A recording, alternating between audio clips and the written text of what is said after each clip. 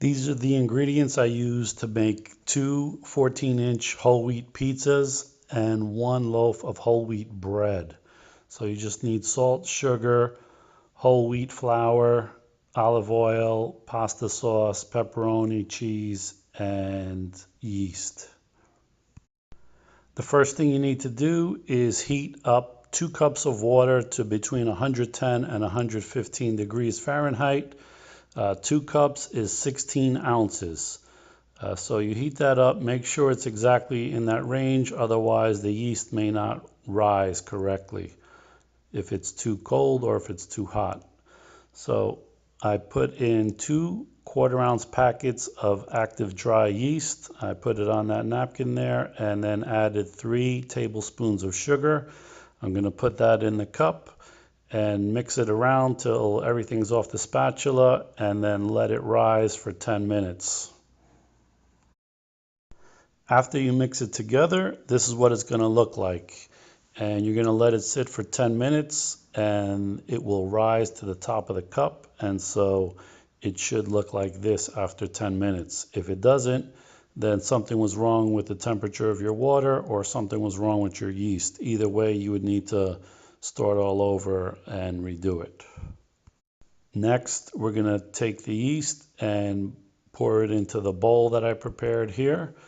And in that bowl is 4 cups and 5 tablespoons of whole wheat flour, along with 2 teaspoons of salt and 2 tablespoons of olive oil. You're going to mix that together for a while until it's all consistent and everything is all mixed together, and it's going to be pretty sticky at this point.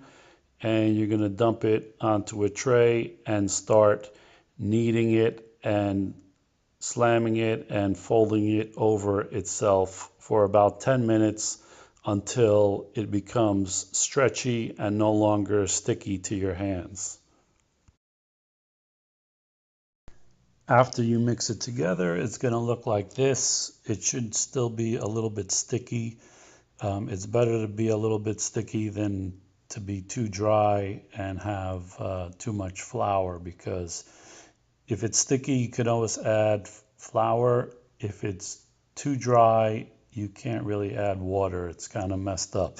So anyway, throw it on the pan and you want to pound it and flatten it out and then fold it up on itself. Add a little flour if you need to keep your hands from sticking and to keep it from sticking to the tray, and just keep doing that for 10 minutes.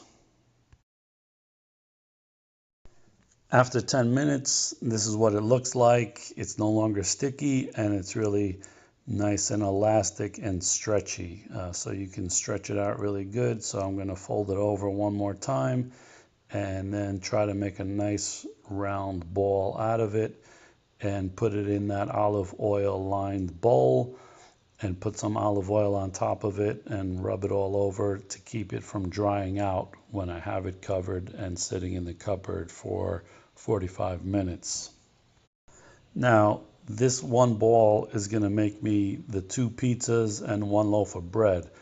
If you don't want a loaf of bread, you can just turn that into 2 more pizzas. So that one ball could really make you like 4 14-inch pizzas. So if you want, you can cut this into 4 pieces afterwards and put 3 of the balls away for another day, as much as a week later even.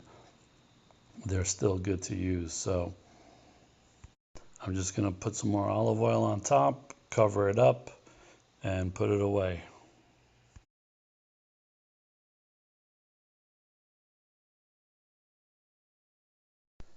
After 45 minutes, this is what the dough looks like. It's risen up almost to the top of the bowl. And so at this point, I'm going to flip it over and I'm going to cut them in half. So half is going to go for the bread, the loaf of bread, and half is going to go back into the bowl as 2 pizzas. So I'm going to cut it and put one into the bread pan and one into the bowl. But first I'm gonna flatten them out one more time and make them into another ball before I put them back in and cover them for an hour. So this is what it looks like after an hour. This is the pizza dough, and I'm gonna cut this in half now and put one ball away in my refrigerator to have a pizza some other day. And this is good for up to about a week. I would say it's still good.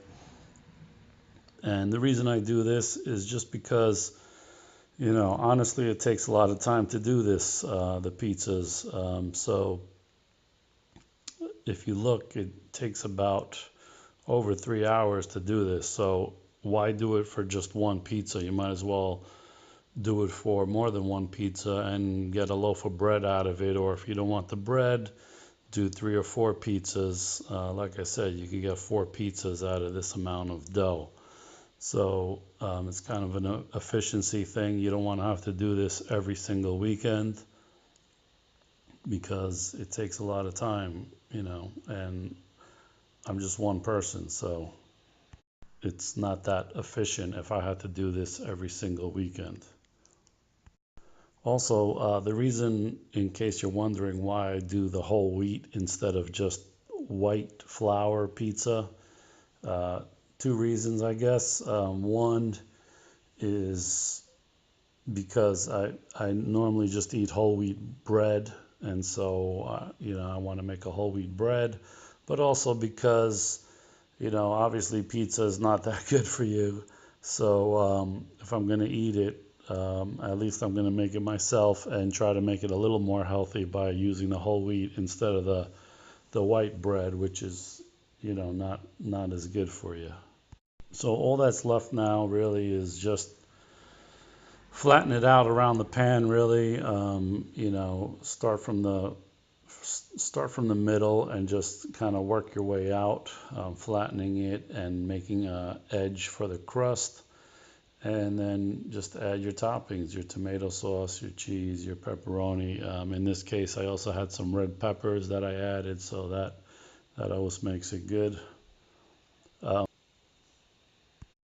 One thing to remember is when you cover the dough for the second time, for an hour, after about 20 minutes, you probably want to start your oven up, because you need to get it up to as high as it goes. I mean, pizza oven's supposed to be, I guess, 700 degrees. My oven is just a house oven. It only goes up to 500, but even that takes about 30 or 40 minutes to get up to that temperature. So you don't want to forget that and then have to wait for this thing to get up to temperature. So my oven's already up to 500. So as soon as I throw the sauce and everything on here, I can throw it right in the oven. This is what it looks like before I put it in the oven. I use sliced cheese instead of shredded cheese, just because it covers more evenly, and I don't overdo it with the cheese. I know exactly how much I'm putting in. Also, I sprinkle a little oregano and drizzle a little bit of olive oil on the pizza. I think it makes it taste better. So this is what it looks like when it comes out, which is going to be delicious. I'll let it sit for 5 minutes. In the meantime, I'll work on the bread.